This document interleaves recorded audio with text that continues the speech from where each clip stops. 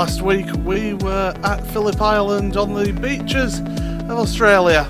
This week we're in the suburbs of Milan for this historic racetrack of Monza in the Formula Renault iRacing Formula Renault 2.0 Championship here on Racespot TV and streaming on iRacing Live. It's Friday night prime time and we're coming up right after this.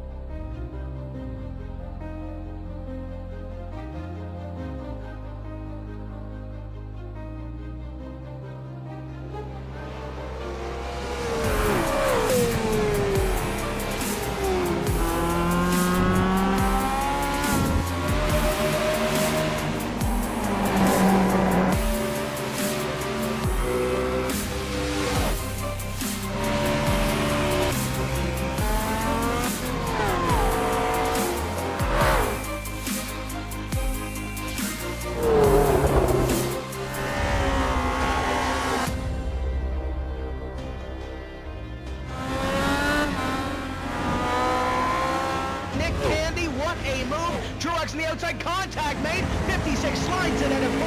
Who's going to be at the stripe? Dead even, give it to Ryan Truex. Truex is your winner over Tandy.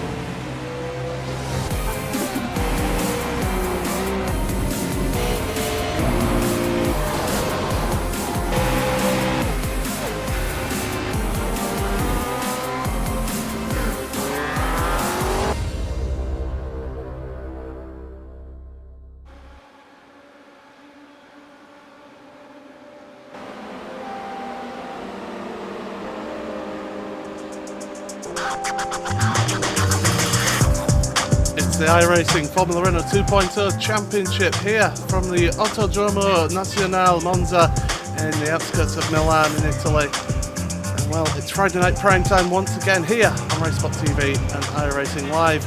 I'm Paul Smith, alongside me is Randy Chenworth with Hugo Louis on the cameras. And well, Randy, we've seen 3 weeks worth of Friday night prime time, and Mr. Friday night prime time himself, Martin van Loosenhoed, has won all 3 weeks. Yeah, it's going to be interesting to see if he can keep up that run of dominance here, Paul. He's been very quick, very consistent. Qualifying's happening now. We don't have any times registered just yet, so it'll be interesting to see where he manages to come in on that times. And really, I think if there's going to be a week where someone can upset Mr. Van Loosenhoed, this just might be the one to do it. Well, in the first week, we saw somebody challenging Martin van Loosenhoed and Wyatt Gooden, and he is back. He's in this session today, so it's great to see the Radicals driver in this race. So it'll be interesting to see whether he can challenge Martin, because as we saw at Spa, which is a pretty high-speed track, they were able to have a good battle. Yeah, Spa, we saw that draft really play a part in that awesome last lap battle that we got for the opening week of this series. Absolutely good to see the Wyden's back. Also some other new names. Tim Clayson's in this session, Martin Ensman. A couple other guys we're not used to seeing. Definitely good to see some good turnout here for Monza. Yeah, absolutely. 26 cars are taking part in this race today, and as you say, qualifying is underway at the moment, and we're just waiting for the first of the lap times, because even though it is Monza, it's the Grand Prix track, and it is a fast track. It's also quite a long lap for these cars as well. You're looking at about 1 minute 48, 1 minute 49 for a lap, although depending on the weather, you could be a little bit quicker. Yeah, it could be a little bit quicker. And the first time they're coming in, and you basically hit it on the nose. Pole times a mid 48, 48.4. And as I say that, Gavankini puts up a 48.1 the first of the time just coming in now. But yeah, 48 to 49. It is a pretty long lap for these cars. They're pretty quick through the chicanes and the Lesmos and the Ascari. However, they don't quite have the power to get up north of 200 miles an hour like, say, an iRacing World Championship Grand Prix Series car does. Absolutely, as well, Gavankini, who's currently the fastest at 48.1, with Matt Van Loosenhoorn on a 48.2. He's 0.2 faster than Wyatt Gooden, so they're starting their second lap. And with this Formula Renault car, we have seen that the more laps that these tyres do, the quicker that the car goes, and maybe this second lap could be quicker for the drivers. Yeah, it's definitely going to be interesting to see, as like you said, 20 cars currently have pulled the lap, and times range from a 48.1 for pole down to a 50.7 currently for the last running car. So yeah, with Monza being such a relatively simple circuit, I really think the second lap, the difference between first and second lap is going to be relatively minor. So much is going to, depend on setup for qualifying, and really qualifying, I think, once we get in the race, more or less going to be irrelevant considering all the drafts these cars produce. Absolutely, as well, it's an iconic circuit, but it's a tricky circuit, even though it looks relatively simple if you look at a map of it. But these chicanes, it's so easy to lock up going into that, and you compromise your entry into a chicane, it compromises your exit, and you lose all that time all the way down these long straights. Yeah, I mean, the layout is relatively simple. However, in order to get the lap time out of the car, you need to take as much aero out of it as you can. And in doing so, it makes a lot of those quote-unquote easy corners, like both of the Lesmos, the Ascari, or the Parabolica, it makes them very, very difficult. And that also, running the lower wing, will increase your braking distances for these chicanes. So really, there's a lot of things that can really play effect here. As Martin Van Loosenhoorn just goes to the pole, puts in a 47.9, is the only car on track currently under the 48s, and we just were talking about it, Paul, that second lap really proven to be quick. Yeah, absolutely. Martin Van Loosenhoorn making it count. You got Thomas Schmidt coming across the line at the moment as well. Will he improve his lap time? The answer is yes, he will, up to third place. So good time from Thomas there. But pretty much almost everyone. Nick Rowland is on a lap now, just coming out the Parabolica. So we'll see him across the line as well, as he's going to come down across that timing line. It's not in the same place as the starting line here at Monza. And well, he does improve his time, but not his position there, does Nick Rowland, so staying in that 10th place. And it looks like pretty much everyone else is done. Jukka Savalainen is, well, he's on just getting some practice in, is Jukka. And David Williams, we'll see, he's on a lap, but again, he's just getting some practice in as well. Baslov coming across the line here to finish. Not sending the lap time that time by, so I think we're pretty much done here. Randy, Jürgen Frank as well, he's done his lap time. So yeah, everybody has set lap times here, so we'll go through that starting grid. And in pole position, the only man to go into the 47s, Martin Van Loosenhoorn, a 47.9. Gavankini in second place with a 48.1. Thomas Schmidt then is in third place with Justin Brunner in fourth. Wyatt Gooden in fifth with Mark Perez sixth. We've seen Mark have some good battles in this series, so hopefully he goes on well. Emmanuel Petri in seventh place with Simon Povey in eighth. OK Stockenberger in ninth with Nick Rowland in 10th.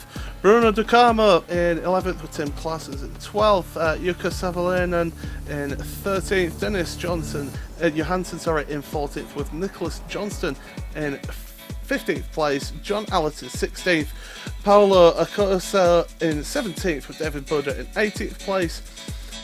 John Manuel De Falla in 19th with David Williams 20th, Frank Winter in 21st, Bob Staslov in 22nd, Max Venitz in 23rd, Slava Javorski in 24th with Jürgen Frank in 25th, and Martin Ensman rounding out your field in 26th place.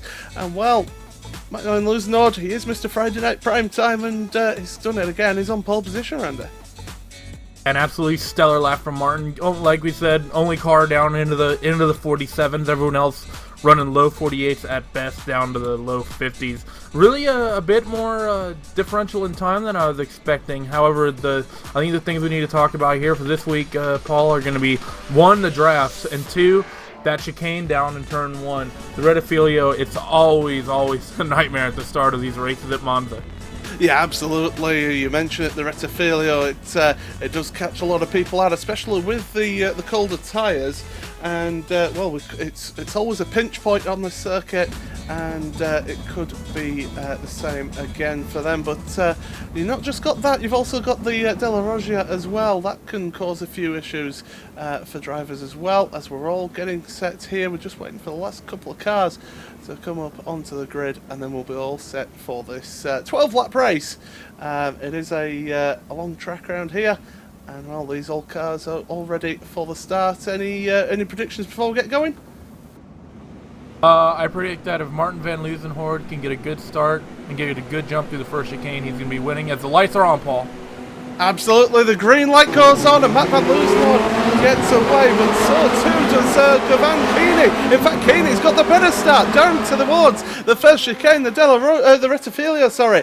And well, are we all going to get through on this opening lap? It's going to be interesting to see whether we can, as everyone's just snaking through there. We've got Spinner at the back there, and well, we've seen... Spinner, we got a flipper. Whoa, flipper, yeah. Oh, there's contact all over. One of the TNT cars is going for a bit of a ride. More spinning at the back, and well, it's just carnage towards the back of the field.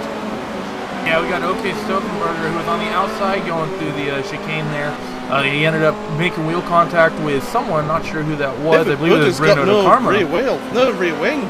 He's got no rear wing at all, as David Buddha, so he's struggling there. But it's Govan Keeney at the front, with Matt van Leuzenhoort in second, with Thomas Schmidt in third, Justin Brunner in fourth, Whitegood in fifth, and Matt Perez in sixth. That's your top 6 there. And well, they're all line astern at the moment, just all running in order at the moment. But a little bit of a gap between Matt Perez and Nick Rowland. So this front batch of 6 cars all trying to make the breakaway as well. You can see behind there, it's Nick Rowland under pressure at the moment.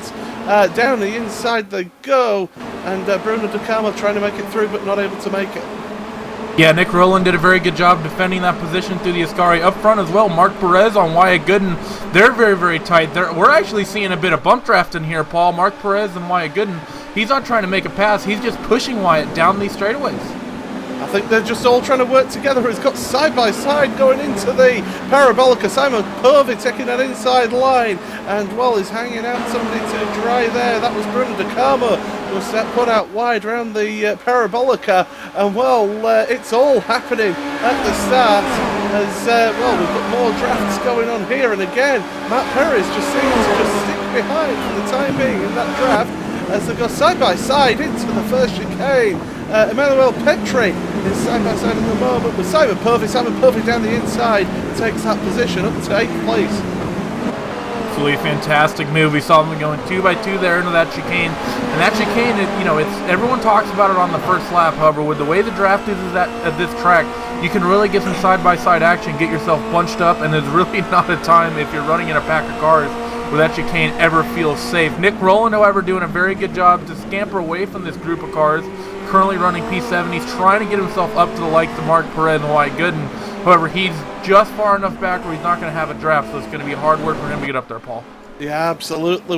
We had Matt van Leuzenhoort and Thomas Schmidt were side by side through Curva Grande, but not able to make it work, and Thomas Schmidt lost out about a second there, just getting a compromised entry into the Della Roggia chicane. As behind, we've still got this battle between Wyatt Gooden and Matt Perez. Wyatt Gooden having to go a little bit defensive. In fact, looking at the car in front, Justin Brunner, he's trying to make it past his Wyatt at the moment, and while taking a little bit of a wider exit out of the scary chicane, trying to carry that speed down the back straight towards the Parabolica, and he's going to pull out now.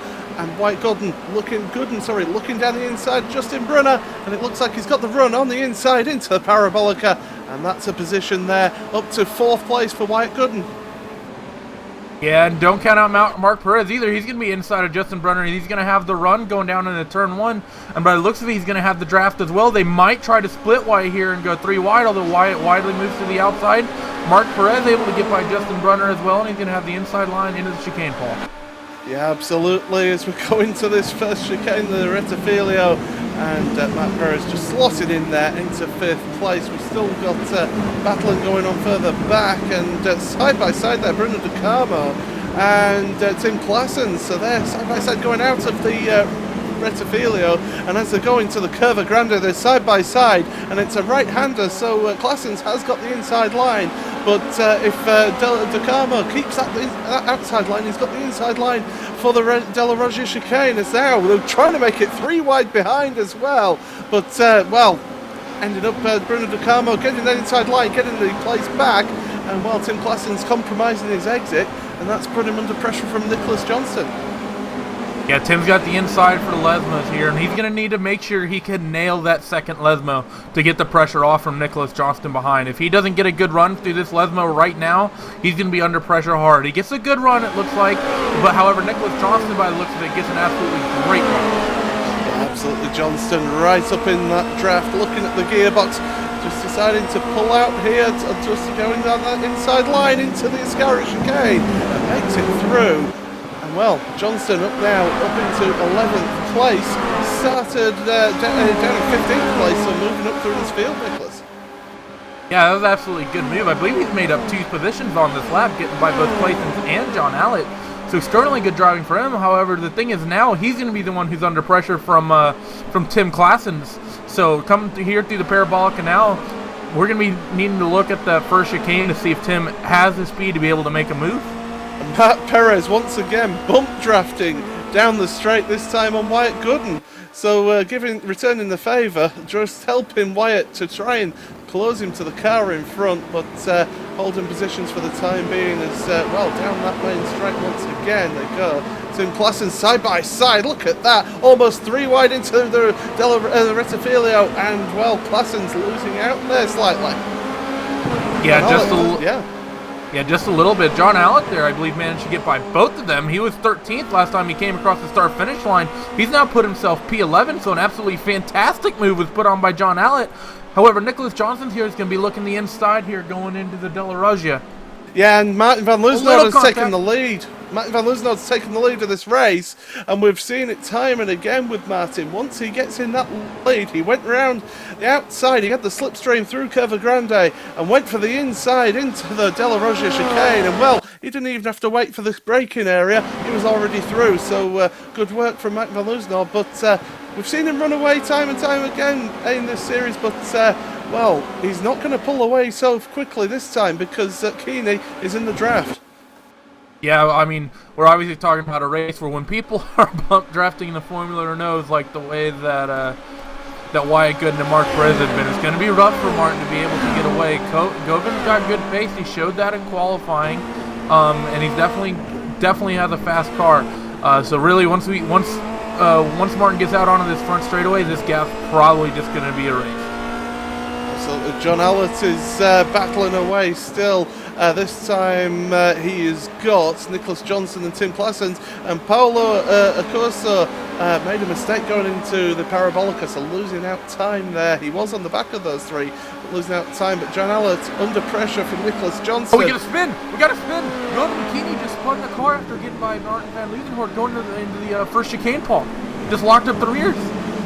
Yep, so that's going to lose him a ton of places here. He's down to 5th. He's possibly going to lose that 5th place as well because Justin Brunner is right up behind him and he's got the speed as Justin as we're heading through Curva Grande. And well, Justin, well, he's looking to the outside at the moment, but Keeney holding on to that position for the time being, but it's so easily done here to lock up those rear tyres into that first chicane because it is a very tight chicane. And well, Martin van Loosenhout, he'll be thanking his lucky stars. Absolutely, and this is going to be, we've been talking about whether or not he's able to skip away. Thomas Schmidt at the last time by was about 1.3 seconds behind Martin, so this is going to be very, very interesting to see if he's still in the draft. If he's going to be in the draft, he should be able to catch Martin. If not, we've seen it every week, Paul. Martin's been able to skip away once he's able to stretch a gap. Yeah, absolutely, and well, it was, as you say, Keeney just going into that first chicane, it was at the start of that last lap and just locking up the rears far too late on the brakes, and that sent him round.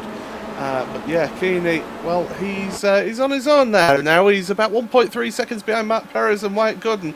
Gooden and Perez still working together, trying to push themselves forward towards those front two, Thomas Schmidt and Matt Van Loosenhout, your race leader.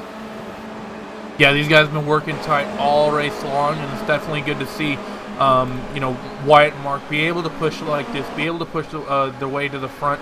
And they've been running times that are quicker than the car of Thomas Schmidt in front of them. This last lap that they come by, Thomas ran a 48.5, Wyatt a 48.4, and Mark a 48.4. So they're reeling him in by about a tenth per lap.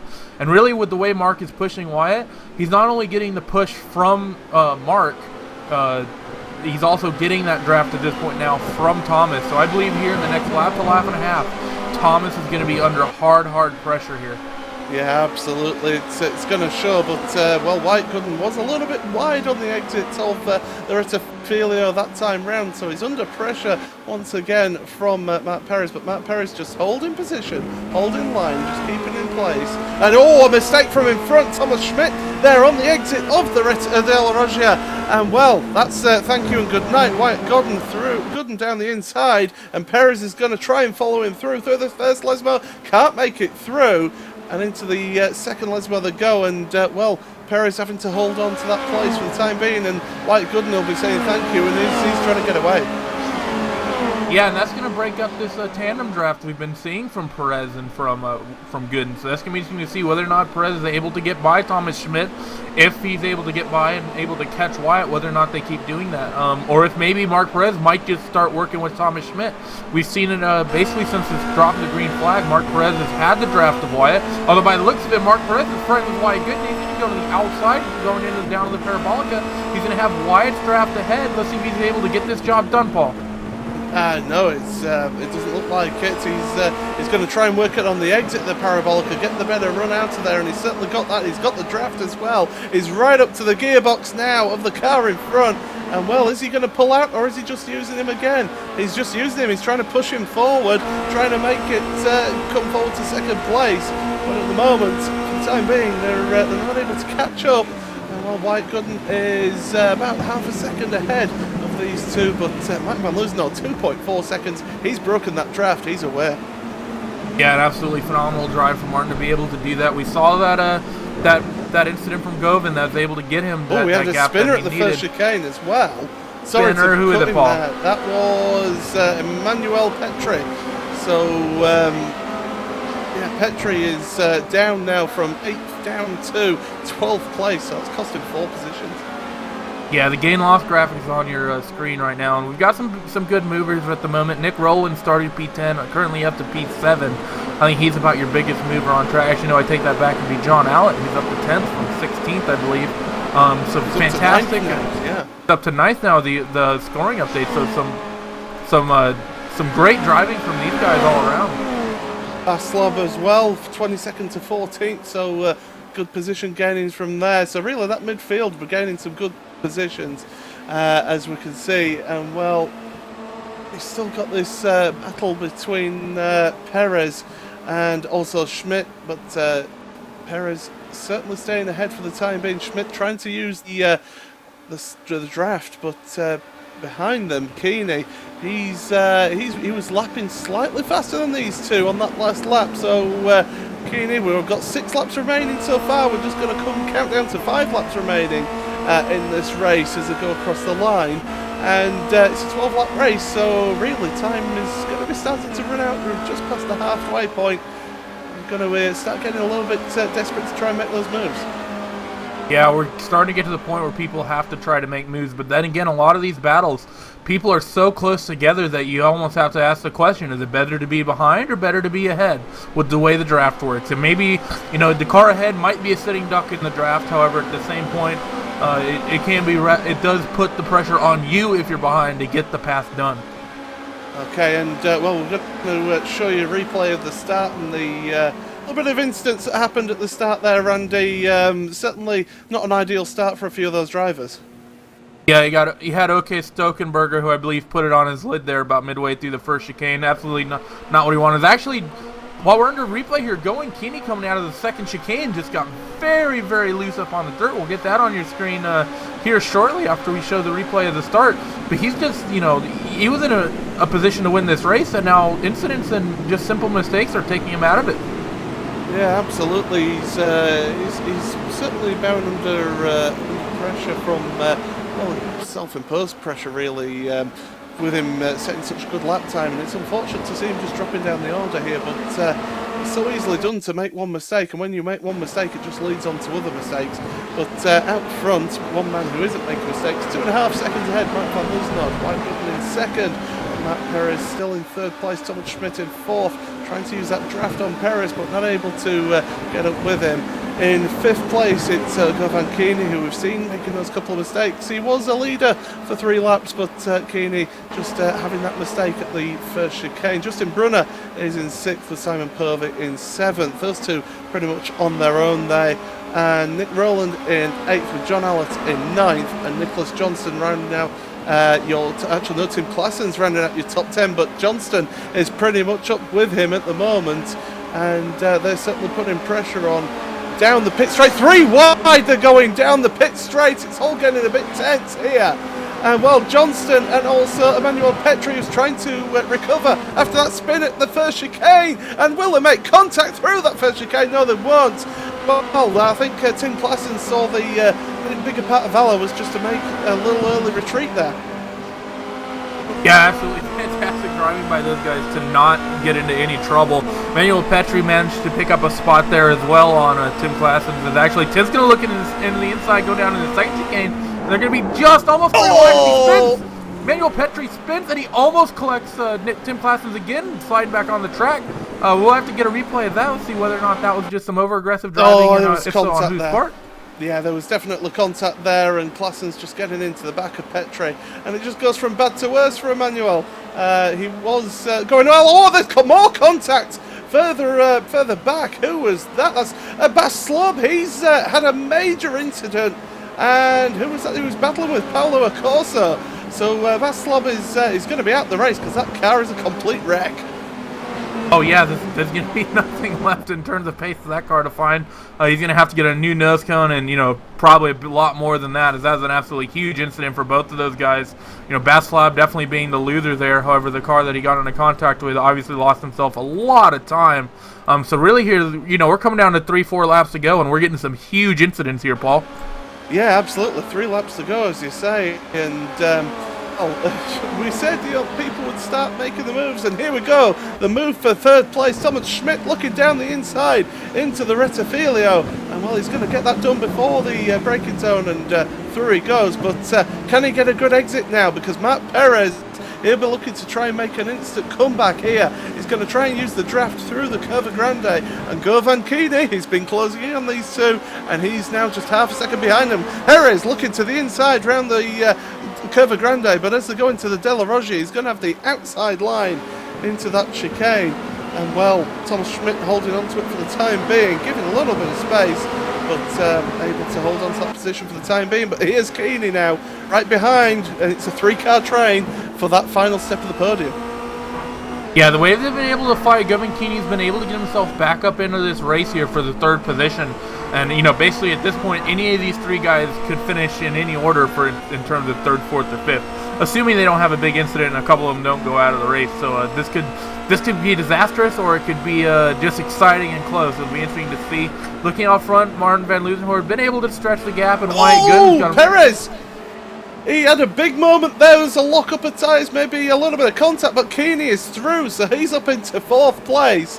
I don't know what happened there. Going into the Ascara chicane, I think there may have been just the slightest of contact as they went into there. And, well, that's cost Perez 1 position. Yeah, it looked like he maybe got into the back of Schmidt.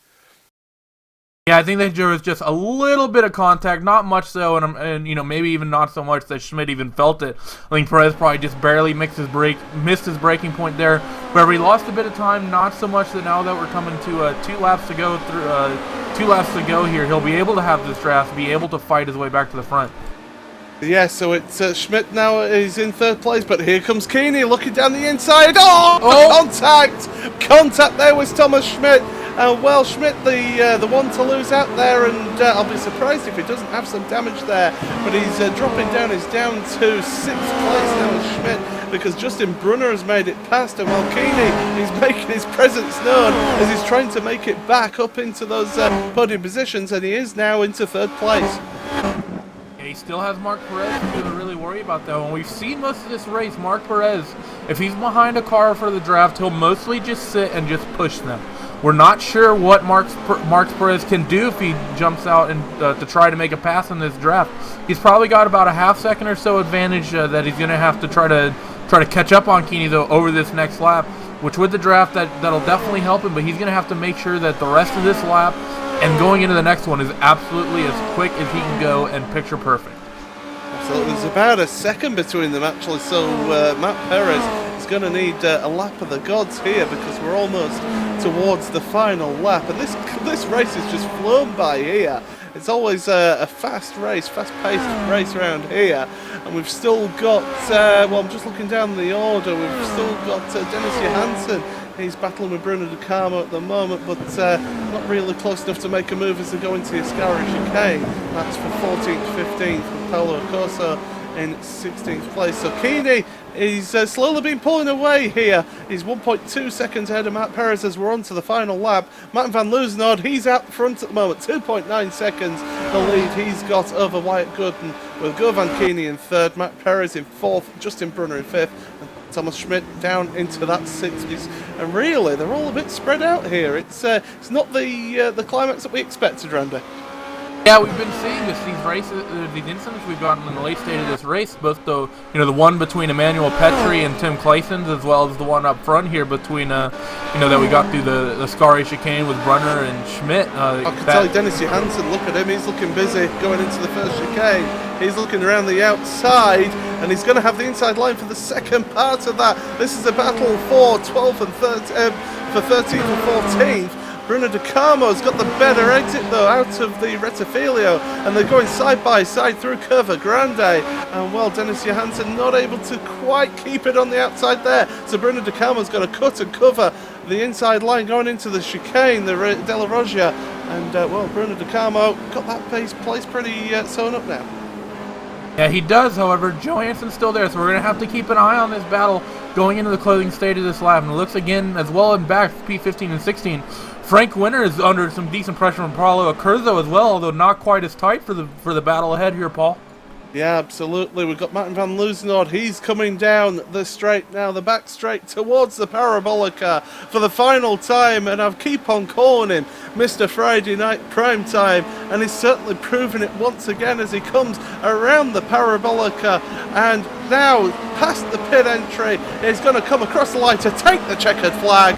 4 weeks out of 4, another win for Martin van Loosenhout, this time ahead of Wyatt Gooden in 2nd place, Govan Keeney in 3rd place with Matt Perez in 4th, Justin Brunner in 5th, Thomas Schmidt in 6th, and well, we've still got this battle going into the Parabolica, Dennis Johansson and Bruno De Carmo, and well, De Carmo just seems to hold that line better. He's got the slightly better exit out of there as well. Johnson's not going to get close enough, so De Carmo is going to finish in 13th place, and well, there we go, all the way down. It's pretty much settled here, but another glorious win there for Martin van Loosenhout. Yeah, he's definitely becoming Mr. Formula Renault at this point, at least here on RaceBot. I believe that's 4 weeks in a row now, across really several different tracks. Spa, Zandvoort, Phillip Island. Now Monza. Not really much in terms of commonplace with those tracks. So for him to be so dominant every single week is an impressive feat in and of itself. I tell you what, I want to give a quick mention to David Buda, who has done the whole race without a rear wing. He got involved in that first lap incident at turn 1. He's been lapping in the 153s, and well, it just shows that you do need some downforce on the back there. But David Buda across the line, he does finish on the lead lap. But in the last of the finishing position, so well done to him. Yeah, well driven by him. That car looks a little bit like a Formula Ford out there without that rear wing. Yeah, absolutely it does. So that's everyone there who's finished. So we're going to run through your results here, and well, 4 weeks in a row now on Friday night prime time. It's Martin van Loosenhoorn who wins the race, 2.9 seconds ahead of White Gooden. Govan Keeney with their forceful drive there up to 3rd place with Matt Perez in 4th. Justin Brunner 5th with Thomas Schmidt in 6th. Simon Purvey manages to finish in 7th. Nick Rowland in 8th. John Allett started 16th, finishes 9th, so a good result from him. Nicholas Johansson Johnson in 10th place with Tim Claessens in 11th. Emmanuel Petri in 13th. Dennis Johansson, just behind Bruno De Carmo, that was 13th and 14th. Frank Winter and Paolo Acurso with Jürgen Frank, Max Vinitz and Slava Jaworski in 19th with John Manuel de Vella in 20th. 21st, Jukka Savalainen. 22nd, Martin Ensman. 23rd, as we said, David Buda with that almost Formula Ford looking car. And then the cars laps down and didn't finish. David Williams, Baslob and OK Stokenberger. And well, it wasn't the classic result, classic finish we were expecting, Randy, but certainly, once again, a good result for Martin van Loosenhoorn. Yeah, the racing was tight throughout the middle stages of the race, and just with a couple of the incidents with 1 or 2 laps to go, kind of stretched those battles out, unfortunately for us. So the finish was definitely a little bit tamer than we expected, but going into next week, we're headed to Road Atlanta, Paul, and that's another track where really there's a wide variety of setup philosophy you need. You definitely need downforce to get through those S's, but you have that long back straightaway going down into that chicane. So really, that's going to be a very interesting an interesting week to watch at Road Atlanta. Yeah, absolutely. Plenty of blind apexes there as well, so could see drivers making mistakes. And well, that is another week in the books here. Martin van Loosenhoorn once again winning in the iRacing Formula Renault 2.0 Championship here on RaceSpot TV and on streaming on iRacing Live. It's been Friday night prime time. I've been Paul Smith with Randy Chenoweth and Hugo Louis on the cameras. And until next week from Road Atlanta, it's a very good night.